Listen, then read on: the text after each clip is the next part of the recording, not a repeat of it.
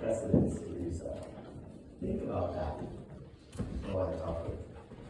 Chaye Sarah, the life of Sarah. The name of our parsha is part of that paradox. It is called Chaye Sarah, the life of Sarah, but it begins with the death of Sarah. What is more, towards the end, it records the death of Abraham. Why is a parsha about death called life?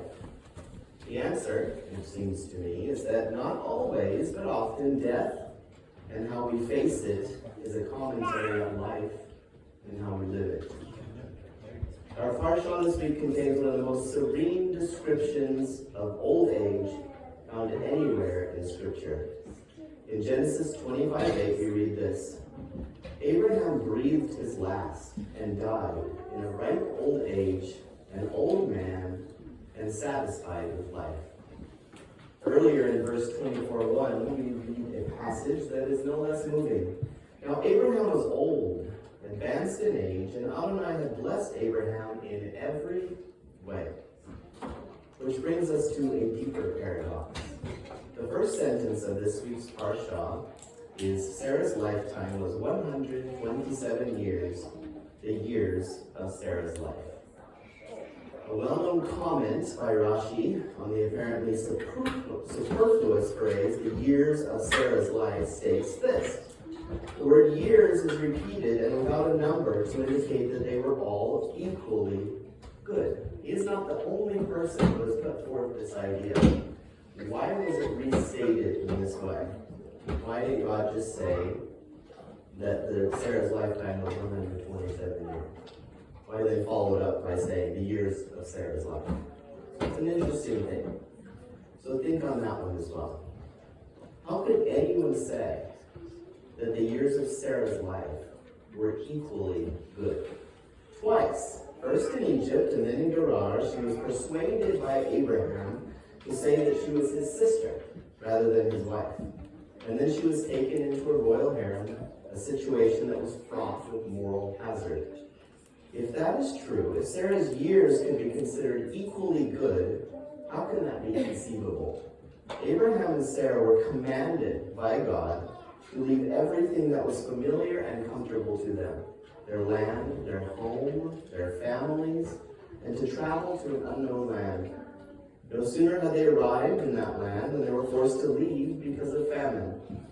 Twice, Abraham's life was at risk when, driven into exile, he worried that he would be killed so that the local ruler could take Sarah into his harem. Sarah herself had to say that she was Abraham's sister, and she had to suffer the indignity of being taken into a stranger's household.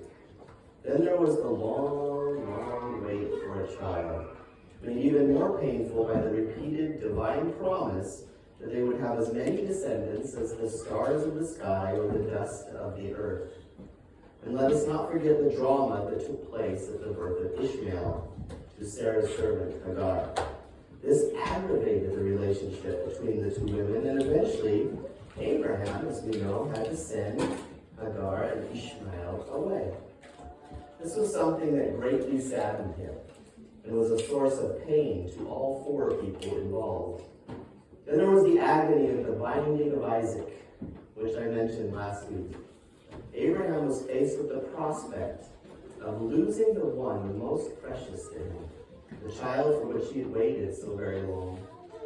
For a variety of reasons, neither Abraham nor Sarah, it seemed, had an easy life. Theirs were lives fraught with trials and suffering, in which their faith was tested at many points. How then can the Torah say that Abraham had been blessed in every way? The answer is given by the parsha itself, and it is quite unexpected.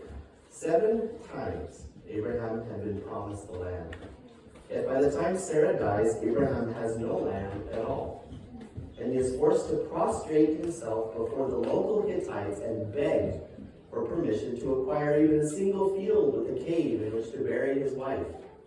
Even then, he must pay what is clearly a massively inflated price, 400 silver shekels. I ask you, when was the last time you had to pay 400 shekels for him? This does not sound much like the fulfillment of the promise of all the land, north, south, east, and west. Equally haunting is this Parshah's account of Abraham's death, perhaps the most serene in the Torah. Abraham breathed his last and died at a good age, old and satisfied, and he was gathered into his people. He had been promised that he would become a great nation, the father of many nations, and that he would inherit the land. Not one of these promises had been fulfilled in his lifetime. How then was he satisfied? The answer again is that to understand the death, we must understand the life. I have mixed feelings about Friedrich Nietzsche. Heard of that guy? He was one of the most brilliant thinkers of the modern age, and he was also one of the most dangerous. He also happened to be history's foremost atheist. He himself was ambivalent about Jews, and he was negative about Judaism. Yet one of his most famous remarks is both profound and true. He said this: "He who has a why in life can bear almost any how." In this context, I should mention a comment from his book entitled The Genealogy of Morality.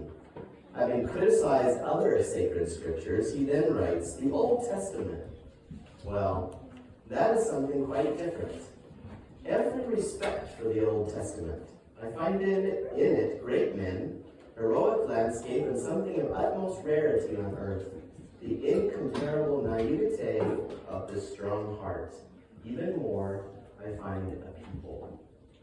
So despite his skepticism about religion in general and Judeo-Christian heritage in particular, he had, bizarrely, a respect for the Tanakh.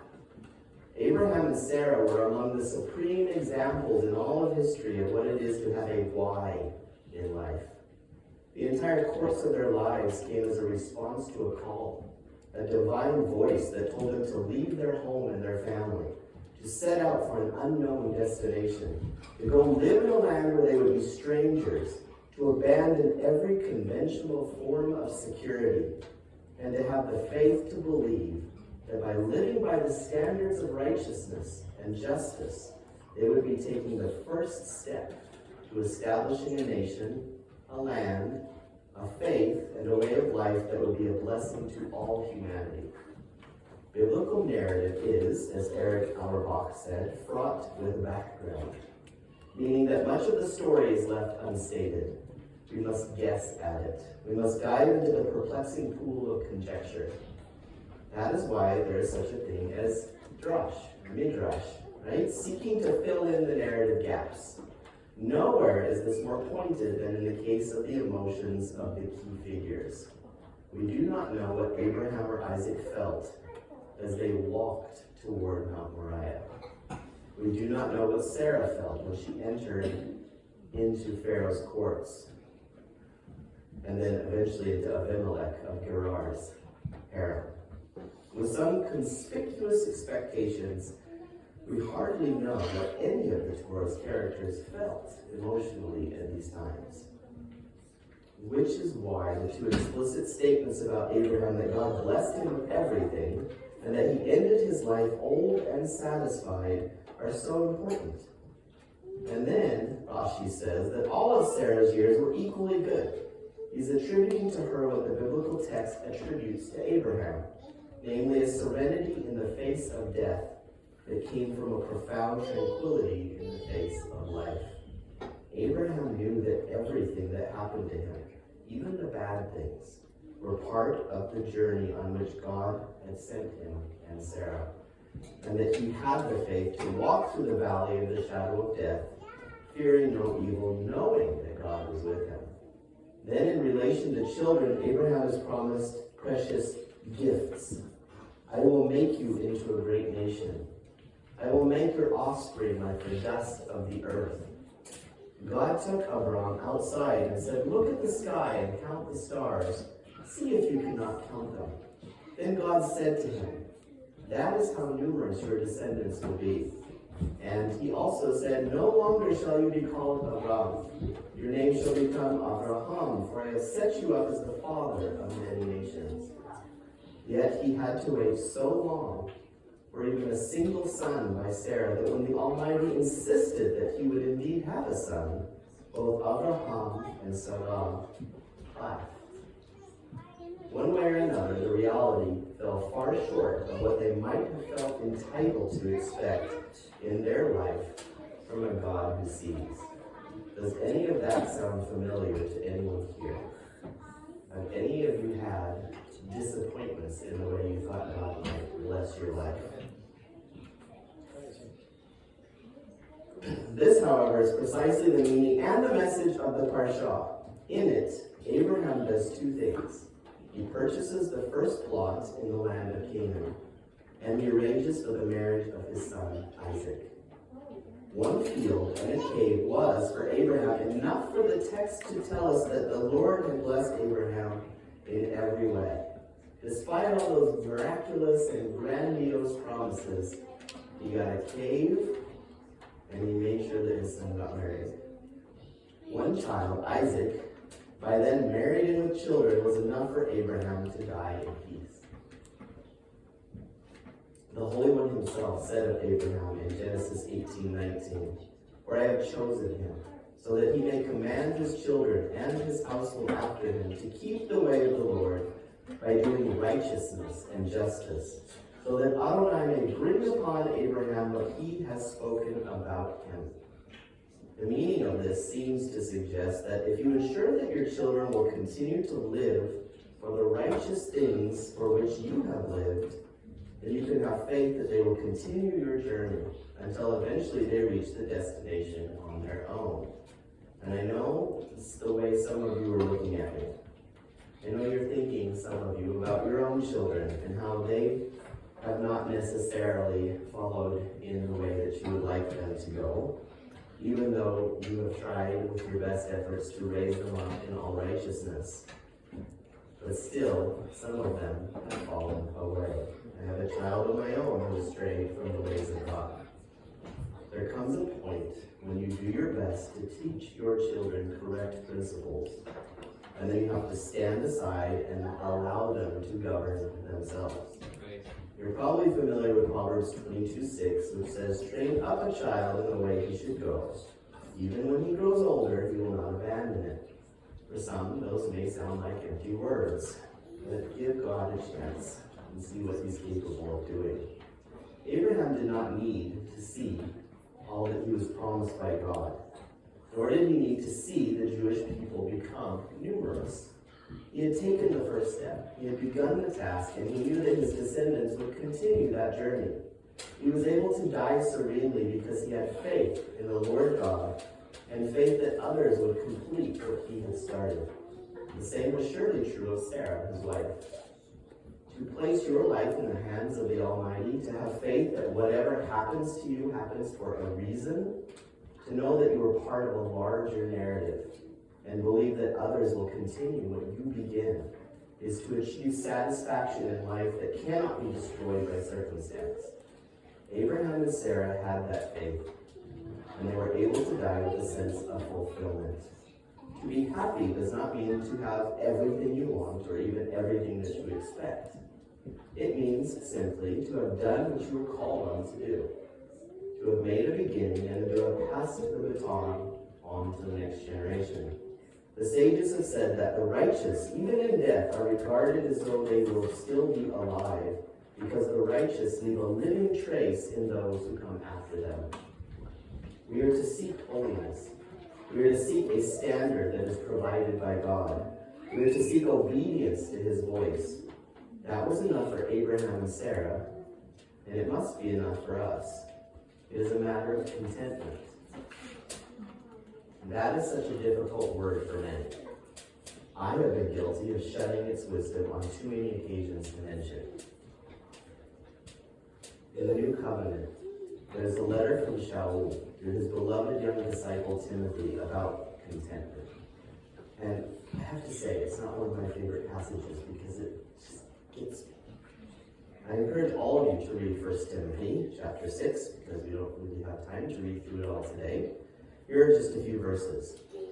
"But godliness with contentment is great gain. For we brought nothing into this world, and it is certain we can carry nothing out. And having food and raiment, let us be therewith content. That little phrase in verse 6, godliness with contentment, has stood out to me always as a little bit painful. One definition of contentment I especially like is tranquil happiness. Happiness for believers ought to consist not of having, but of being, not of possessing, but of enjoying. It is a warm glow of heart at shalom with itself and its circumstances. Happiness is a state of being contented or satisfied. How do we do that? There will always be a newer gadget, a more powerful computer, a fancier car or snowblower. I would like one. But you can never get enough of what you do not need, because what you do not need never satisfies. There was a sign that hung for years in the front office of our family business. I never understood it in my youth, but boy is it ever meaningful now. It showed a woman, and she was kind of going like this. It was just a rough sketch. And it said, I once dreamed of making the salary that I'm now starving on. That's the truth. Right? Humorous, certainly, but it resounds with truth. We spend money that we do not have to buy things that we do not need, to impress people that we do not like, who do not come to visit anyway. When we do endeavor to seek happiness or even contentment in the acquisition of worldly things alone, we lose sight of the higher purpose of life. And that is one reason why there is discouragement and why there is despair generally in the world. We always think it's greener on the other side. We're not satisfied by and large with the things and the situation in life in which Adonai has blessed us. And that, my friends, is one of the greatest struggles of mortality. First world problems especially tend to overshadow the deeper realities of the goodness of God. Before we set our hearts too much on anything, we ought to carefully observe how happy those people are who seem to have everything. We may neglect to thank the Almighty for a penny if we are constantly complaining because we do not have 10. And they all belong to Him anyway. Wanting less is probably a better blessing than having more. It is a change in the desires of our heart, and we can thereby be content sooner and more often. Let me end with a quote from Philippians 4:11 and 12. And then let me ask all of you what it means to be content. And before I read it, let me go back to that paradox I mentioned at the beginning. Classic Jewish thinking, especially today, would tell you that you are not required by God to be content in your situation. In fact, they would argue that there is biblical precedence for arguing with God, for talking back and demanding more for your life. And that is not stand between you and holiness. Whereas it seems to be, as Christianity has developed through the centuries, it has gone the opposite direction. If you are to question God at all in how your life is or has become, then that's a lack of faith. And you need to just be grateful. So after I read this, I want you to stew on that a little bit and tell me what you think is correct. Or is it an amalgamation of the two? Is it okay ever to question God and say, hey, look, I don't think this is fair. You need to fix this. It's not what I wanted. Or is that just being ungrateful and lacking faith and not seeing the future and what God's promises hold? Again, this is Philippians 4:11 and 12. For I have learned, in whatsoever state I am, therewith to be content. I know both how to be abased, and I know how to abound. Everywhere and in all things I am instructed both to be full and to be hungry, both to abound and to suffer need. So how about it? Can you question God? Is there biblical precedence to say we can? Or is that lacking?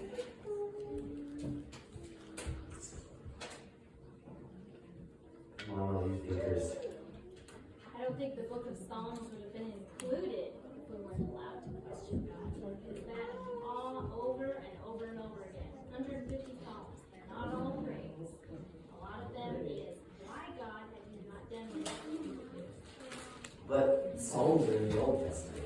that. That's old stuff. Even Messiah questioned God on the cross. You know, praying in the garden. So there are times where even he demonstrated that you can question. I'd say that anybody who's lost a child, or anybody who's lost anybody, there are certainly times in your life when you question him. And I think it's very appropriate. But most of the time, the outcome, whether you receive an answer or not, is that sometimes we don't know. And sometimes he has a higher purpose, and whether we understand that purpose in the breadth of our life or not, we may never receive an answer. But sometimes the answer is just to be content and know that he has a higher plan. That may be the only answer. Can you still question God and be grateful? Yes. Jacob was blessed simply because he strove with God, and his name was changed right after that, and it was told him that he would strive with God and he prevailed, and he was searching for that blessing that he knew was for his household. And so I think that when it is a question of what has God promised, and what does God have for your life, if we are not seeing that, then I think that it is very difficult to strive for that and question why God has brought us out. And it might come back on ourselves. It might open our eyes, or God might open our eyes to see something that we have in between us and Him that is inhibiting that for the time being. Right. And so I think we just need to know what we are striving for. If we're striving for something that He has ordained, then He will bless us if we strive for it. If it's something that's for our own benefit or desires outside of His will, then I don't think that's what He's called us to strive for. Do you think that the binding of Isaac and Abraham's silence was out of character for Abraham? Here's a man who had no problem talking back to God. You know, when he was going to destroy the cities, and well, what if there are 50 or and everything, but he finally has a son that he's told will be the future of countless numbers of people. And then God says, I want you to take your son and sacrifice him. He says, okay. No, why? You don't have to answer that. Think about it. Yes? I was just going to say, from Jewish thought, it's not necessarily that you're taught to demand provisionally from God, but you're taught to demand certain spiritual aspects from God. In the same way that Abraham was credited righteousness through his faith, we are taught in Jewish studies to demand more faith from the Lord, to ask of His faithfulness to be bestowed into our own spirits and our own hearts, to then be credited righteousness the same way Abraham was. And then we show God that we have that He's gifted us that through our actions. So it's not necessarily this idea that we demand more money, or we demand more land, or wealth, or food, or anything of that sort. You're taught to demand more of God's character into your life, not necessarily more wealth. And I it's think that's okay to what we ask for should never understanding. do. It reminds me of Teddy, the runner. What have you got against my horse? When you asked about and I'm kind of thinking out loud, your question really struck a chord with me about the binding of Isaac, the same Abraham that was willing to ask God, are you really going to destroy for lack of however many people? But I don't think it was the same Abraham that was ready to bind Isaac. And I think of my own life that there are times when early in our walk we question and we're constantly why? And finally you come to a place where there's that trust and you see His faithfulness. And we're told in another place that Abraham believed that God was able to raise Isaac. Right. And he did.